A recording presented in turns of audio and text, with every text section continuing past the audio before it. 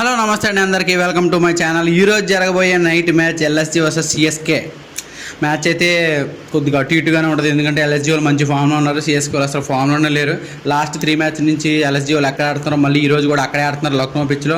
వాళ్ళకి batting first వచ్చినా batting second వచ్చినా మంచిగా రీడ్ చేశారు. ఏ టైంలో అయినా ఏ కండిషన్స్లో అయినా ఎలా ఆడాలి, ఎలా బౌలింగ్ వేయాలని వాళ్ళంతా తెలుసు. కానీ సిఎస్కే వాళ్ళేమో ఎలా ఆడాలి ఏంటా అని ఇంకా ప్లేయర్స్ కోసం వెయిట్ చేస్తున్నారు అనమాట. ఎవరు ఫామ్లోకి రాలేదు. ఒక టీం ఏమో ఫుల్ కాన్ఫిడెన్స్లో ఉంది, ఒక టీం ఏమో ఫామ్ కోసం వెయిట్ చేస్తుంది. సో ఈ ఇద్దరి మధ్యన మ్యాచ్ బ్యాటిల్లో ఎవరిని ఎక్కుతారో తెలుసుకునే ముందు ఫస్ట్ ఈ రెండు టీంలో అసలు టీమ్స్ ఎలాగ ఉన్నాయో తెలుసుకుందాం. ముందు సిఎస్కేలో ఎలా ఉందో తెలుసుకుందాం. సిఎస్కే వచ్చేసి డివిన్ కాన్వే, రచిన్ రవీంద్ర, రాహుల్ త్రిపాఠి, శివం దూబే, విజయ్ శంకర్, రవీంద్ర జడేజా, ధోని, అశ్విన్, నూర్ అహ్మద్, కంబోజ్, ఖలీల్ అహ్మద్, పతిరానా. టీం చూడడానికి బ్యాలెన్స్డ్గానే ఉంది కానీ ఎవరు కూడా ఫామ్లో లేరనమాట. అలాగే ఎల్ఎస్జీ టీంలో ఎలా ఉన్నారో చూద్దాం. ఎల్ఎస్జీలో టీంలో వచ్చేసి Mitchell Marsh, Markram, Pooran, Pant, ఆయుష్ బద్దోని, డేవిడ్ మిల్లర్, అబ్దుల్ షమాద్, ఠాకూర్, ఆకాశ్దీప్, దిగ్వేష్, ఆవిష్ ఖాన్, బిష్నోయ్.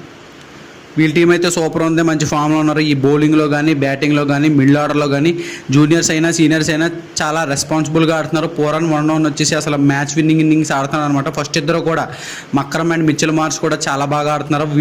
వీళ్ళే మ్యాచ్ ఫినిష్ చేసేస్తున్నారు అనమాట. సో వీళ్ళిద్దరి మధ్యన అసలు హెడ్ టు హెడ్ ఎన్ని జరిగినాయి అంటే 5 మ్యాచెస్ జరిగినాయి. అందులో 3 ఎల్ఎస్జీ కొట్టింది, 1 చెన్నై మాత్రం కొట్టింది, ఒకటేమో నో రిజల్ట్గా ఉందన్నమాట. సో ఇందులో కూడా డామినేషన్, టీంలో డామినేషన్, కాన్ఫిడెన్స్లో డామినేషన్, ప్రెజర్లో డామినేషన్, అలాగే మ్యాచెస్లో డామినేషన్, హెడ్ టు హెడ్లో డామినేషన్, మొత్తం డామినేషన్ తర్వాత. అలాగే హోమ్ పిచ్ లక్నోలు చాలా బాగా ఆడుతున్నారు ఈ పిచ్లో. మరి వీళ్ళని అడ్డుకోవడం ఎలా అంటే రవిచంద్రన్ అశ్విన్ అయితే ఒక థ్రెట్ అయితే చెప్పొచ్చు పోరాన్కి. అశ్విన్ బౌలింగ్ వేసినప్పుడు పోరాన్ కొద్దిగా స్ట్రగుల్ అవుతూ ఉంటాడు. మరి చూడాలి ఈరోజు అశ్విన్ బౌలింగ్ వేసి పురాన్ని తీస్తాడా, తీసిన తర్వాత చెన్నై వాళ్ళు నెగ్గే ఛాన్సెస్ ఉంటాయా ఉండవని. మ్యాక్సిమం ఈ పిచ్చు కొద్దిగా స్పిన్కి హెల్ప్ఫుల్గా ఉంటుంది అనమాట. So toss is very crucial. Toss నెగ్గినలో చేజింగ్ అయితే తీసుకుంటారు, చేజింగ్ తీసుకుని మ్యాచ్ నెగ్గడానికి అయితే ట్రై చేస్తారు. ఇఫ్ ఇన్ కేస్ ఎల్ఎస్జీ వాళ్ళకి ఫస్ట్ బ్యాటింగ్ వచ్చిందంటే వాళ్ళు 170, 180 కొడితే చెన్నై వాళ్ళు కొట్టే ఛాన్సెస్ ఉన్నాయి. ఇఫ్ ఇన్ కేస్ చెన్నై వాళ్ళకి ఫస్ట్ బ్యాటింగ్ వచ్చిందంటే నెగ్గడం కొద్దిగా కష్టమే. ఎందుకంటే వాళ్ళు ఫస్ట్ బ్యాటింగ్ ఆడి 170, 180 రన్స్ కొట్టి ఆపేద్దాం అనుకుంటే అవ్వదు. ఎందుకంటే ఎల్ఎస్జీ వాళ్ళు ఒకరు కొట్టినా ఒకరు కొట్టకపోయినా ఎవరో ఒకరు మ్యాచ్ అయితే కొడేస్తారు. 170, 180, 200 కొడేస్తున్నారు ఈజీగా. ఎందుకంటే ఈ పిచ్చు బ్యాటింగ్ కూడా కొద్ది ఫ్రెండ్లీ అనమాట. ప్రీవియస్ ఐపీఎల్ లాగా 3-4 ఇయర్స్ బ్యాక్ 170, 180 కొట్టి వీళ్ళని బౌలింగ్లో ఆపుదాం అన్న ఛాన్స్ అయితే లేదు. ఇప్పుడు ఆల్మోస్ట్ అందరూ 200 కొడుతున్నారు, 200 కూడా చేసేస్తున్నారు అనమాట. So maximum high scoring game కొడితేనే చెన్నై వాళ్ళు నెగ్గే ఛాన్స్ ఉంది. If in case first batting చెన్నైకి వచ్చిందంటే చాలా కష్టం నెగ్గడం. చేసింగ్ అయితే 50-50 ఛాన్సెస్ చెప్పలేం, కొట్టచ్చు కొట్టకపోవచ్చు. ఎందుకంటే చేసింగ్లో కూడా బ్యాటింగ్ ఆడాలి కదా, మ్యాచ్ కొట్టాలంటే. వాళ్ళు 220 కొట్టారంటే వీళ్ళు అంత పవర్ఫుల్ బ్యాటింగ్ ఆడాలి కాబట్టి మరి చూడాలి మరి ఎవరు నెగ్గుతారు ఏంటి అనేది.